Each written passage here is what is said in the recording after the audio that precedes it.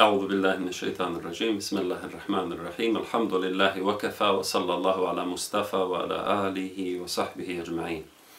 U vjerodostojnoj predaji od Allahovog poslanika sallallahu alejhi ve sellem koju nam prenosi Hazreti Aisha radijallahu ta'ala anha i neki drugi prenosioci stoji da je Allahov poslanik sallallahu alejhi ve sellem kazao: "Es-sivaku matharatun lil fam mardatun lir rabb." Ovaj hadis ima više svojih rivajeta i također ima drugi hadisa sličnog značenja u kojim Allahov poslanik sallallahu alejhi ve sellem govori o vrijednosti pranja zubi. Naime, Allahov poslanik sallallahu alejhi ve sellem u ovom kratkom hadisu koji ima svega 4 ili 5 riječi kaže da je siwak ili dakle misvak kojim se u to vrijeme čistili zubi, s kojim se čistili zubi, dakle nije bilo četkice i kaladonta kao što mi to danas imamo. Dakle, postojalo je jedno drvce kojim se čistili zubi. Pa je poslanik sallallahu alejhi ve sellem kazao, zaista je dakle to sredstvo ili čišćenje zubiju općenito, to je mathara lil fam, dakle to je nešto što donosi čistoću usne šupljine ili čistoću dakle zubiju konkretno.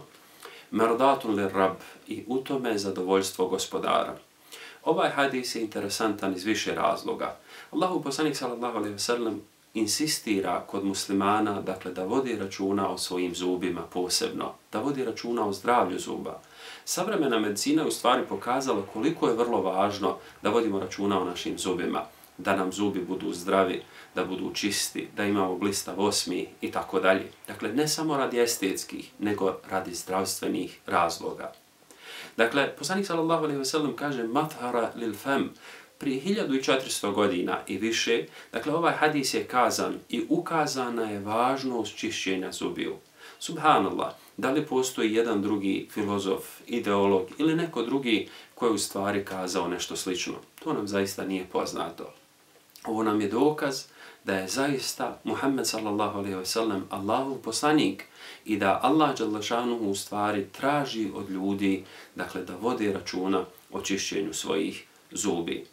Dakle, poslanik sallallahu alejhi ve sellem na mnogim mjestima drugim je preporučio dakle da se čiste zubi prilikom obavljanja, dakle uzimanja abdesta, prije obavljanja namaza, nakon što ustanemo iz sna, prije nego što legnemo da spavamo, prije nego što pođemo učiti Kur'an i Kerim, nakon jela i tako dalje, prilikom ulaska u kuću, dakle kada dolazimo izvana i tako dalje. Dakle, imaju mjesta gdje je preporučeno posebno da čistimo zube.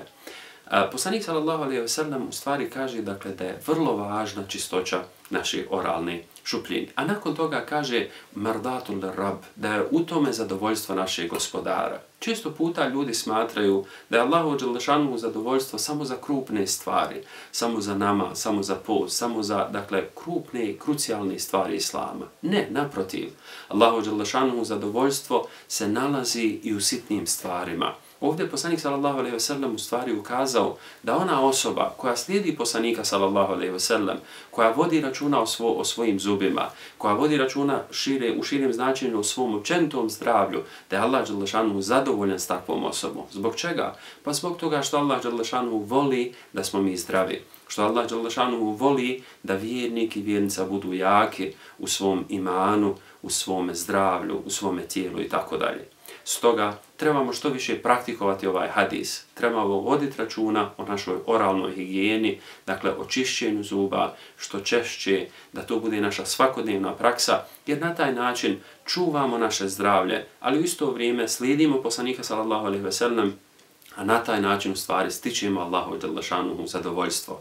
Dakle, kada ujutro, kada navečer, kada prilikom abdesta pođemo, dakle da čistimo naše zube, naravno četkicom ili misvakom ili na neki drugi način, treba da budemo svjesni da imamo dodatnu nagradu od Allaha dželle šanuhu.